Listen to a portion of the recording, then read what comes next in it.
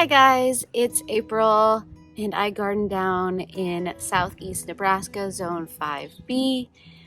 And as you can tell, the garden isn't quite what it used to be. So I mentioned the frost that was coming on my last tour that evening and hoping that some of it would survive. We were only supposed to get down to about, 30 or so.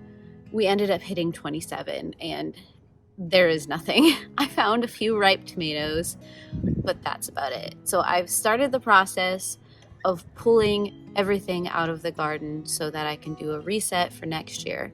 I do a semi-quasi rotate of where I set things up, especially the corn, but otherwise a lot of times I will reuse a bed for the same crop multiple times before something new comes in because I don't have a lot of space.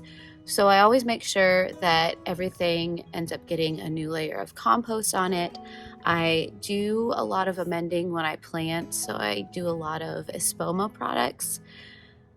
So overall, I'm not too worried about the nutrition. It's mostly making sure that bugs and disease don't kind of start to flourish in one specific area. But I'll take you on a quick tour around where the cleanup process is. I've got nearly all of the beds pulled out. Hello, plane.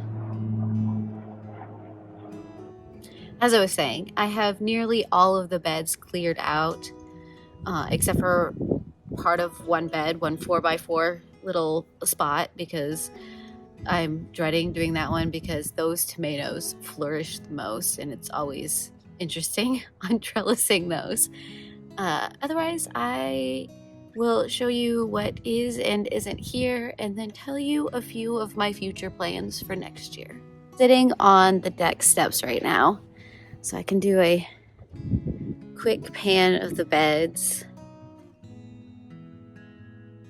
And you can see over there is the bed that I'm dreading doing. Otherwise, all of this right here has been pulled out except for the weeds. Weeds thrived in the frost, and that one's super pokey.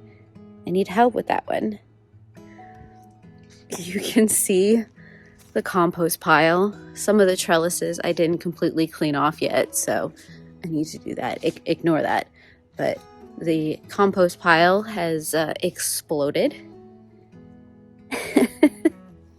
A lot of this will be burned as it dries out in our fire pit.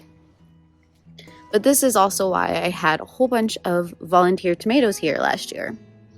It's because this is what I do. And it's effective, but not effective. It's just a project.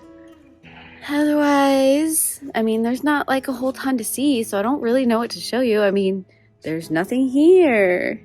It's all gone. I left this trellis up because it looked like this little guy was still alive, and we've been hitting 70s, 80s again after that frost. It's really cold in the mornings, but then really warm in the afternoon, so I figured, well, we'll leave him and see what he does.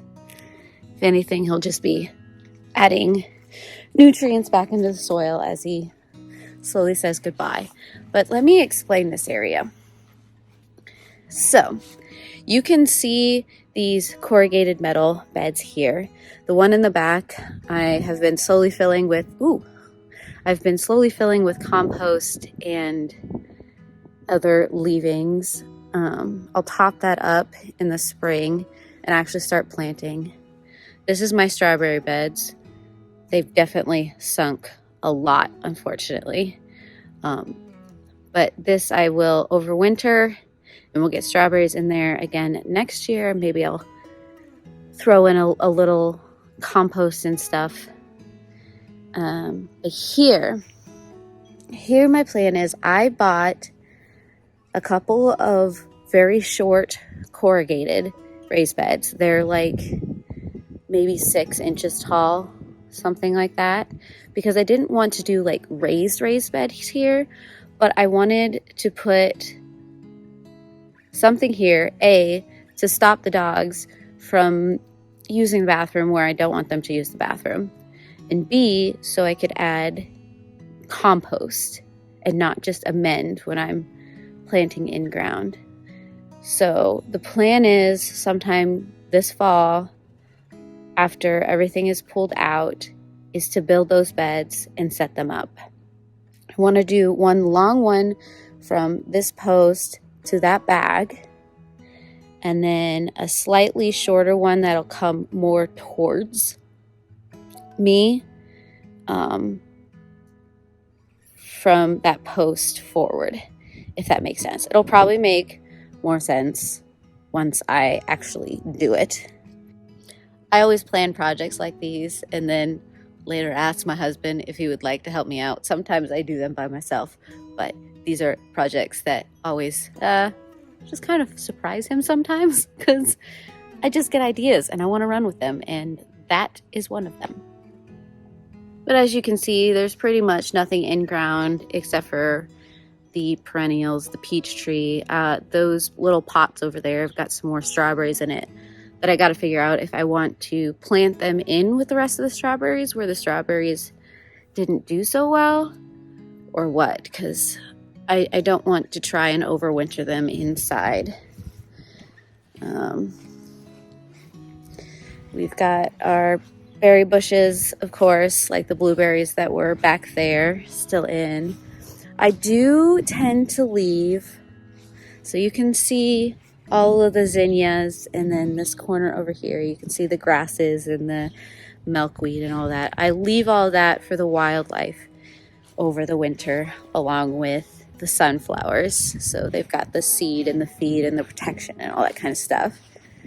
But otherwise, as you can see, this is a very messy bed. There's tags I still need to pull, but the calendula was still doing stuff, so I left it. There's a couple of like little tiny carrots in there that I didn't do anything with. And we've got some onions in the very back there.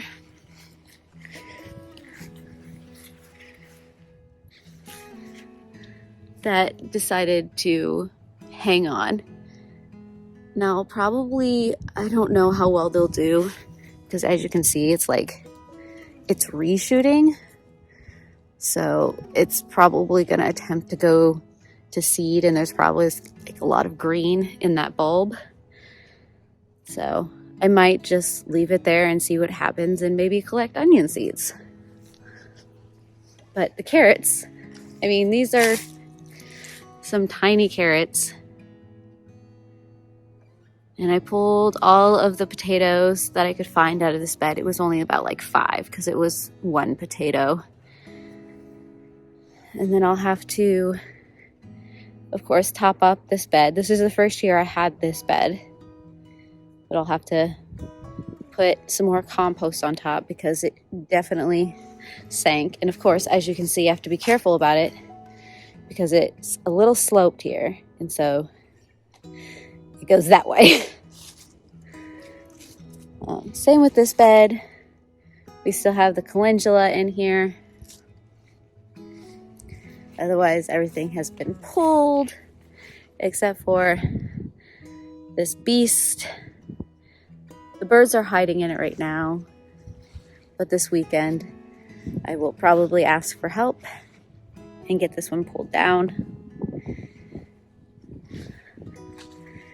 And of course, the zinnia patch, we pulled in the pond that was in the middle there, and it looks like the kiwi plants have died back too.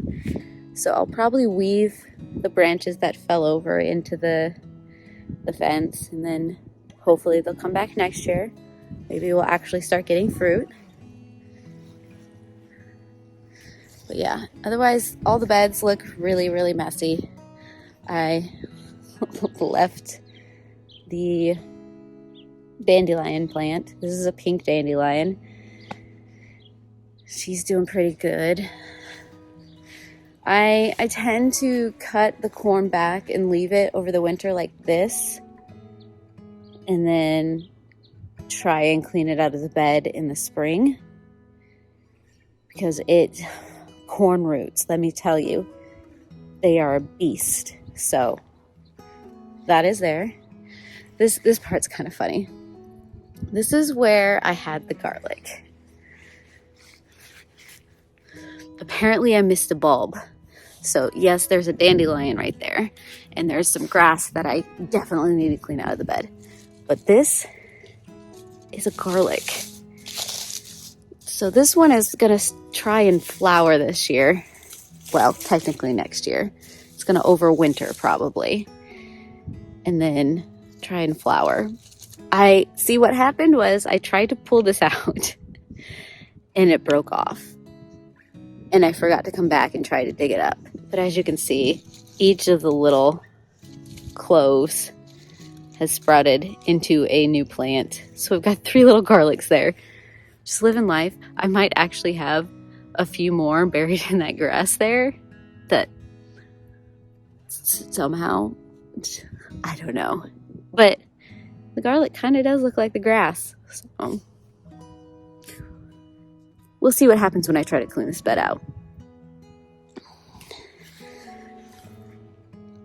And then we have this last bed here where once again I've got a calendula plant.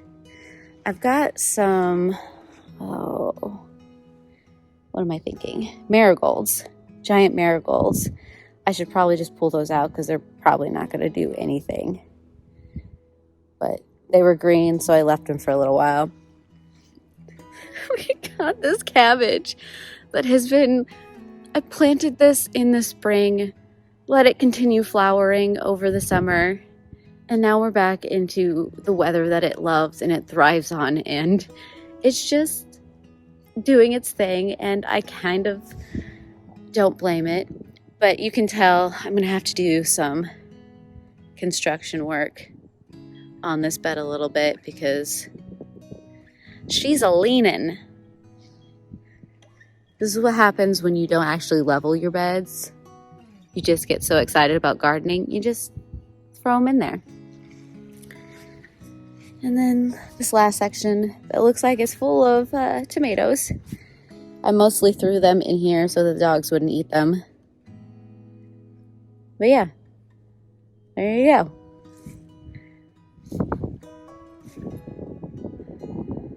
And then we're back to the compost pile.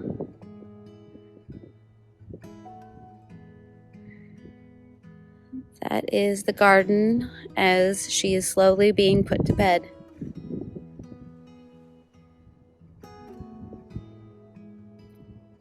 Like I said, there isn't a lot to show you anymore.